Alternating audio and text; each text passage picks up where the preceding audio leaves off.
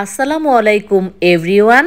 আজকে রুই মাছ দিয়ে খুবই মজার একটি রেসিপি তৈরি করে দেখাবো। তো এর জন্য প্রথমেই রুই মাছের পেটির পিস নিয়ে নিয়েছি। এখানে আমি 6টা পিস নিয়ে নিয়েছি। এর মধ্যে স্বাদমতো লবণ, 1 চামচ মরিচ গুঁড়া, হাফ চামচ হলুদ গুঁড়া, হাফ চামচ ধনিয়া গুঁড়া দিয়ে খুব ভালোভাবে মেখে নেব।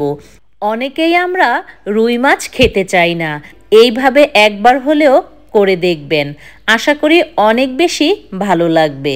তো চুলায় প্যান বসিয়ে 3 টেবিল চামচ তেল দিয়ে একে একে মাছগুলো দিয়ে দিচ্ছি। একটা পাশ হয়ে গেলে এক এক করে সবগুলো মাছ উল্টে দেব। উল্টে পাল্টে একটু কড়া করে ভেজে নেব। আজকে আমি আপনাদের তৈরি করে দেখাবো রুই মাছের মাখখানি। এটা খেতে কিন্তু দুর্দান্ত লাগে।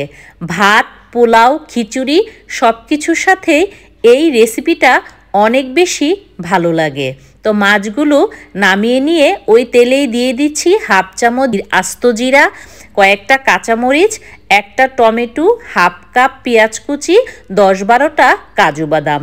নেড়ে চেড়ে খুব ভালোভাবে সবগুলো উপকরণ ভেজে নামিয়ে ঠান্ডা করে নেব। এবার ব্লেন্ডারের জগে ভেজে রাখা মশলাটা দিয়ে দেব 2 টেবিল চামচ টক দই। এবার ভালোভাবে ব্লেন্ড করে নেব। আবার চুলায় প্যান বসিয়ে দিয়ে দিচ্ছি 2 টেবিল চামচ তেল, 2টা এলাচ, একটা দারুচিনি, একটা তেজপাতা, 3 টেবিল চামচ পেঁয়াজ কুচি।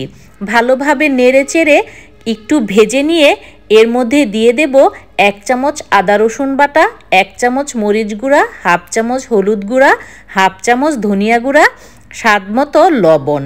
অল্প পরিমাণে পানি দিয়ে নেড়ে চেড়ে মশলাটা খুব ভালোভাবে মিশিয়ে কিছুক্ষণ কষিয়ে নিয়ে এবার দিয়ে দেব ব্লেন্ড করে রাখা মশলা। ব্লেন্ডারের জগটা ধুয়ে হাফ কাপ পানি দিয়ে দেব, দিয়ে নেড়ে চেড়ে আবারও খুব ভালোভাবে মিশিয়ে নেব। কিছুক্ষণ কষিয়ে নেওয়ার পর এবার একে একে মাছের টুকরোগুলো দিয়ে দেব।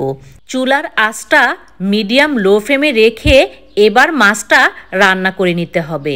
এ পর্যায়ে দিয়ে দেব হাফ টিস্পুন গরম মশলার গুঁড়া, 1 চামচ ঘি দিয়ে নেড়ে চেড়ে খুব ভালোভাবে মিশিয়ে নেব।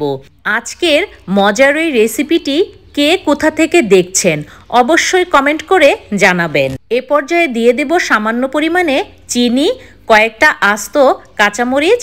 তো মাছটা নামানোর আগে দিয়ে দেব কিছুটা ধনিয়া পাতা কুচি। দেখতেই পাচ্ছেন এই মাছের কারিটা কতটা ইয়াম্মি হয়েছে। আজকের এই রেসিপিটি যদি ভালো লাগে তাহলে অবশ্যই লাইক, কমেন্ট ও শেয়ার করতে ভুলবেন না।